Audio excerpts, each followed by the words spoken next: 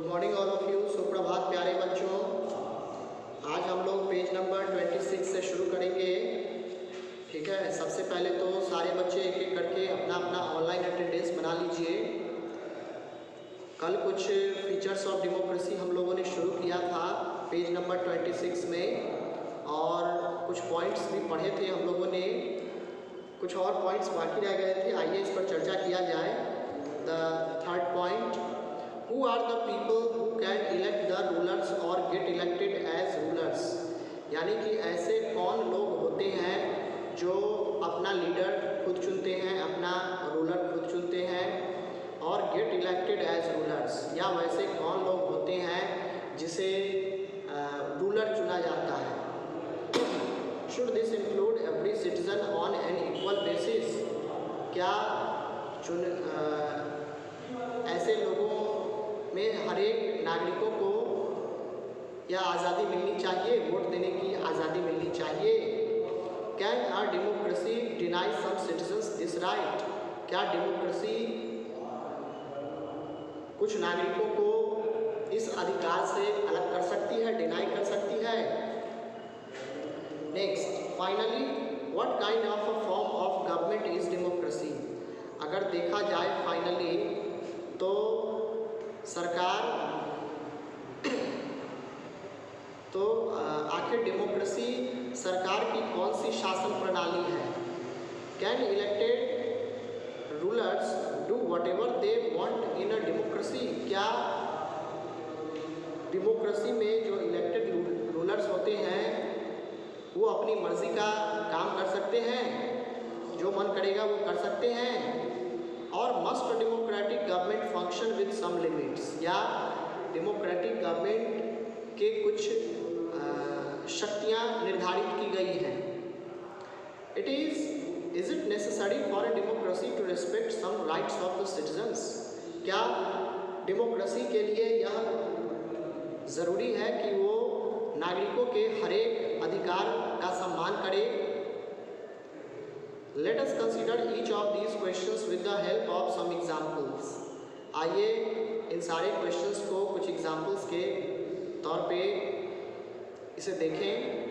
Major decisions by elected leaders, जो elected leaders होते हैं उनके द्वारा जो देश विदेश में जो बड़े डिसीजन लिए गए, आइए उसको देखा जाए, कुछ पढ़ा जाए। यहाँ एक छोटा सा कार्टून दिया गया है, नीचे सीरिया का है ये, ठीक है। इधर बाहर में डेमोक्रेसी, एक लेडी जो है एक तराजू लेके खड़ी है, और अंदर से एक व्यक्ति जो है कुछ पेन पेंसिल दे रहा है कुछ लिखने के लिए। No entry before you fill that form and become a member in all Baath party in that, is that clear?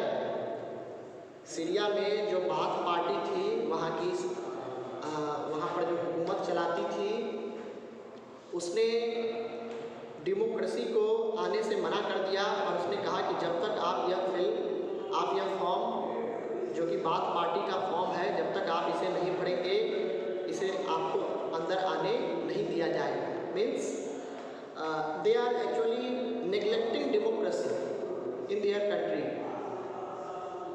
ठीक है। Next is Syria is a small West Asian country. Syria एक पश्चिमी एशिया के पश्चिमी छोर का एक छोटा सा देश है। The ruling Baath party and some of its small allies are the only parties allowed in that country. यानी कि वहाँ की जो रूलिंग पार्टी है दैट इज़ बाथ पार्टी, और कुछ उसके एलाइज जो छोटी मोटी पार्टी हैं जो उससे जुड़े हुए हैं, उन्हीं पार्टीज़ को उस कंट्री में अलाउड किया गया है। उसके अलावा कोई भी इलेक्शन में कैंपेन नहीं कर सकता है, कोई भी दूसरी पार्टी नहीं बनाई जा सकती है। Do you think this cartoon could apply to China और मेक्सिको? क्या आपको लगता है कि यह कार्टून चाइना और मेक्सिको का भी हो सकता है? What does the crown of leaves on democracy signify? ठीक है, ऊपर में जो देख रहे हैं, जो लीव्स यानी कि पत्तियों का जो क्राउन बनाया गया है, क्राउन मतलब मुकुट, ठीक है, जो मुकुट ऊपर में बनाया गया है, इसको क्या सिग्निफाई कर रहा है, ठीक है। तो चलिए आगे फिर देखते हैं। Major decisions by elected leaders, elect किए गए लीडर के द्वारा लिए गए बड़े decisions. In Pakistan, general Pervez Musharraf led a military coup in अक्टूबर 1999। पाकिस्तान में जनरल परवेज मुशर्रफ ने मिलिट्री कोप को 1999 के अक्टूबर महीने में उन्होंने शुरू किया, वो लीडर बने उस खौफ के। He overthrew a democratically elected government and declared himself the chief executive of the country. उन्होंने पाकिस्तान में जो उस समय डेमोक्रेसी चल रहा था, जो डेमोक्रेटिकली जो गवर्नमेंट को इलेक्ट किया गया था, उसको जनरल परवेज मुशर्रफ ने अपनी शक्तियों के बल पर उसे हटा दिया, उसको थ्रो कर दिया और खुद को उस कंट्री का चीफ एग्जीक्यूटिव घोषित किया। Later he changed his designation to president and in 2002 held a referendum in the country that granted him a 5-year extension. आगे चल कर के उन्होंने अपना डेजिग्नेशन चेंज करते हुए जनरल परवेज मुशर्रफ से प्रेसिडेंट मुशर्रफ बन गए, यानी कि प्रेसिडेंट की गद्दी पर वो बैठ गए 2002 ईस्वी में। And held a referendum in the country that granted him a 5-year extension. और एक ऐसा नियम बनाया जिसके तौर पे उसका शासनकाल 5 साल और बढ़ गया, उसने बढ़ा दिया अपने कार्यकाल को। Pakistani media, human rights organisations and democracy activists said that the referendum was based on malpractices and fraud. जितने भी पाकिस्तान के जो मीडिया थे उस समय, उसके बाद ह्यूमन राइट्स ऑर्गेनाइजेशंस थे और जितने भी डेमोक्रेसी के जो एक्टिविस्ट्स थे, उन सब ने कहा कि ये जो रेफरेंडम जो तैयार किया गया है वो पूरी तरह से गड़बड़ है, मतलब एकदम बेकार है, और यह फ्रॉड यानी कि चीटिंग करके, देश को धोखा देकर, चीट करके यह रेफरेंडम तैयार किया गया है। इन अगस्त 2002 ही issued a legal framework order. 2002 ईस्वी के अगस्त महीने में उन्होंने एक लीगल फ्रेमवर्क ऑर्डर तैयार किया, कुछ मतलब लिख करके तैयार किया। That amended the constitution of Pakistan, जिसके द्वारा पाकिस्तान का कॉन्स्टिट्यूशन भी अमेंडमेंट किया गया, मतलब उसमें संशोधन किया गया। According to this order the president can dismiss the national and provincial assemblies. उस ऑर्डर के अनुसार राष्ट्रपति मुशर्रफ, प्रेसिडेंट मुशर्रफ कभी भी किसी भी नेशनल या प्रोविंशियल असेंबली को किसी भी समय डिसमिस कर सकते थे। The work of the civilian cabinet is supervised by a national security council which is dominated by military officers. और जितने भी सिविलियन कैबिनेट के जो वर्क थे, जो काम थे, उसका सुपरविजन भी नेशनल सिक्योरिटी काउंसिल किया करता था, जिसको मिलिट्री कोप ने, मिलिट्री ऑफिसर्स ने अपने अंडर में कर लिया था। After passing this law elections were held to the national and provincial assemblies. जब यह कानून पास कर दिया गया तो नेशनल और प्रोविंशियल असेंबलीज में इलेक्शन कराया गया। So Pakistan has had elections, elected representatives have some powers. इसीलिए इस प्रकार से पाकिस्तान में इलेक्शन हुआ और वहाँ के जो इलेक्टेड रिप्रेजेंटेटिव्स थे उनको भी कुछ शक्तियाँ दी गई। But the final power rests with military officers and general पर मुशर्रफ हिमसेल्फ। लेकिन अंत में जो सारी शक्तियाँ थी वो मिलिट्री ऑफिसर्स और जनरल परवेज़ मुशर्रफ के हाथों में थी।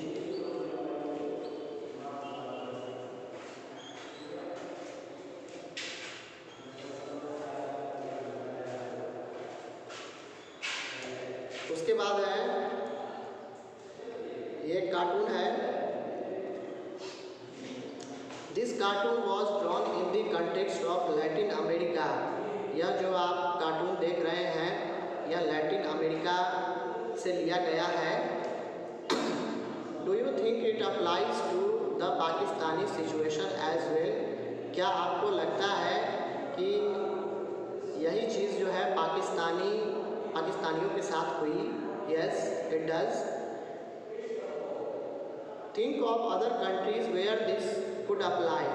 और भी कई सारे देशों के बारे में सोच सकते हैं जहाँ जो देश इस पिक्चर से मैच खा रहा हो। Does this happen sometimes in our country as well. क्या ऐसा हमारे देश में भी कई बार होता है? Yes it does. आप देखते होंगे राष्ट्रपति शासन का आप लोगों ने नाम सुना होगा, ठीक है, राष्ट्रपति शासन, प्रेसिडेंट रूल, ठीक है। जब किसी भी राज्य में कुछ गड़बड़ी की स्थिति, कोई सांप्रदायिक दंगा, या अगर राज्य सरकार अगर सेंट्रल गवर्नमेंट को, केंद्र सरकार से कह देता है कि yes the situation is out of control, कि सिचुएशन जो है अब मेरे हाथों से बाहर हो चुका है, then the president rules implies. उसके बाद प्रेसिडेंट रूल जो है लाया जाता है, ठीक है। When the military force operates everything they start to operate everything, यानी कि सारा चीज़ उनके हाथों में, पूरा सब चीज़ उनके हाथों में, उनके बागडोर चली जाती है। तो ऐसा होता है अपने देशों में भी कई बार जब गड़बड़ी उत्पन्न हो जाती है किसी राज्य में, तो यह प्रेसिडेंट रूल लागू किया जाता है। नेक्स्ट एक छोटा सा बच्चा है, यहाँ नीचे देखेंगे पेज नंबर 27 में। All this is so remote for me, is democracy all about rulers and governments. ये सभी बातें मुझसे परे हैं, ये बच्चा कहता है। क्या डेमोक्रेसी रूलर्स और उसके गवर्नमेंट के बारे में है? Can we talk about a democratic classroom. क्या हम लोग एक डेमोक्रेटिक क्लासरूम के बारे में बात कर सकते हैं? और डेमोक्रेटिक फैमिली, या एक डेमोक्रेटिक फैमिली के बारे में? Yes we can. चलिए अब इसको आगे देखते हैं कि जनरल मुशर्रफ ने क्या किया। Let's no. Clearly, there are many reasons why Pakistan under General Musharraf should not be called a democracy. स्पष्ट रूप से अगर आप डेमोक्रेसी की परिभाषा को देखें और डेमोक्रेसी के फीचर्स को पढ़ें तो आप निश्चित रूप से कई रीज़न निकाल सकते हैं कि आखिर पाकिस्तान के जो राष्ट्रपति थे परवेज़ मुशर्रफ, उनके शासनकाल को डेमोक्रेसी नहीं कहा जा सकता है। But let us focus on one of these. लेकिन आइए इनमें से किसी एक पर चर्चा करें, उसके बारे में बातें करें। Can we say that the rulers are elected by the people in Pakistan. क्या हम ऐसा कह सकते हैं कि पाकिस्तान के जो रूलर्स होते हैं उन्हें वहाँ के लोगों के द्वारा ही इलेक्ट किया जाता है? नॉट क्वाइट, नहीं, ऐसा नहीं है। People may have elected their representatives to the national and provincial assemblies, but those elected representatives are not really the rulers. निश्चित रूप से अगर आप पाकिस्तान की बात करें तो नेशनल और प्रोविंशियल असेंबलीज के लिए जो अपना पाकिस्तान के जनता भी, पाकिस्तान के सिटीजन्स भी अपना अपना रिप्रेजेंटेटिव चुनते हैं नेशनल और प्रोविंशियल के लिए, but they do not actually choose the ruler. लेकिन ऐसा तो नहीं है कि वो रूलर को खुद चुनते हैं। कैसे? तो आइए देखते हैं। They can not take the final decisions. The elected members of the provincial and national assembly can not take the final decisions. ठीक है, पाकिस्तान में जो हुआ, जो नेशनल असेंबली और प्रोविंशियल असेंबली में जो लोगों को इलेक्टेड रिप्रेजेंटेटिव्स जो बनकर आए, तो वो लेकिन अपना डिसीजन खुद नहीं ले सकते थे। The power to take final decision rests with army officials and with general Musharraf and none of them are elected by the people. यानी कि सारी शक्तियाँ, डिसीजन लेने की जो सारी शक्तियाँ थी वो आर्मी ऑफिशियल्स, आर्मी ऑफिसर्स के हाथों में, और सबसे ऊपर जनरल परवेज मुशर्रफ के हाथों में थी। And none of them are elected by the people. और ये लोग ऐसे थे जिनको लोगों ने नहीं चुना था। This happens in many dictatorships and monarchies. ऐसा अधिकांश देशों में जहाँ पर डिक्टेटरशिप और मोनार्ची सिस्टम है वहाँ लागू किया जाता है। They formally have an elected parliament and government but the real power is with those who are not elected. निश्चित रूप से पाकिस्तान के जो जनता थे, जो सिटीजन्स थे, उन्होंने अपने मेंबर्स को चुना नेशनल असेंबली के लिए और प्रोविंशियल असेंबली के लिए, but the final power was taken by the president general Musharraf himself। ठीक है, सारी शक्तियाँ जो अंत में जो फाइनल पावर था वो जनरल मुशर्रफ को ही लेना था।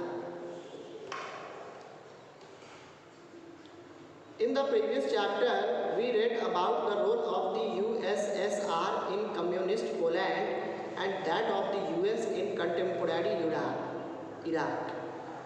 पिछले चैप्टर में हम लोगों ने पढ़े थे USSR में जो कम्युनिस्ट पोलैंड था उसके बारे में, और US इराक में जो युद्ध हुआ था, जो जो उनके बीच रिलेशनशिप था, उसके बारे में हम लोगों ने पढ़ा था।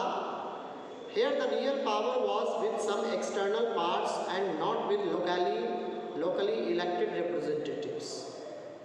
यानी कि यहाँ जो वास्तविक तौर पे जो शक्तियाँ होती है वो इलेक्टेड रिप्रेजेंटेटिव्स के हाथों में नहीं, बल्कि वैसे लोगों के हाथों में होती है जो इलेक्टेड नहीं होते हैं। This can not be called people's rule, और इसे हम पीपल्स रूल, लोगों का शासन नहीं कह सकते हैं। This gives us the first feature. इसको पढ़ने के बाद यह हमें एक ही विशेषता देता है डेमोक्रेसी की, and that is in a democracy the final decision making power must rest with those elected by the people. यानी कि डेमोक्रेसी की जो सबसे पहली विशेषता थी वो यह थी कि डेमोक्रेसी में जो फाइनल डिसीजन लिया जाएगा वो लोगों के द्वारा चुने गए व्यक्ति या जो लीडर या जो रिप्रेजेंटेटिव होते हैं उसी के द्वारा फाइनल डिसीजन लिया जाएगा। तो बच्चों आज के लिए इतना ही। फिर हम लोग नेक्स्ट डे पेज नंबर 27 से free and fair electoral competition next topic से शुरू करेंगे। आज के लिए इतना ही। Thanks for watching this video. God bless you and have a good day.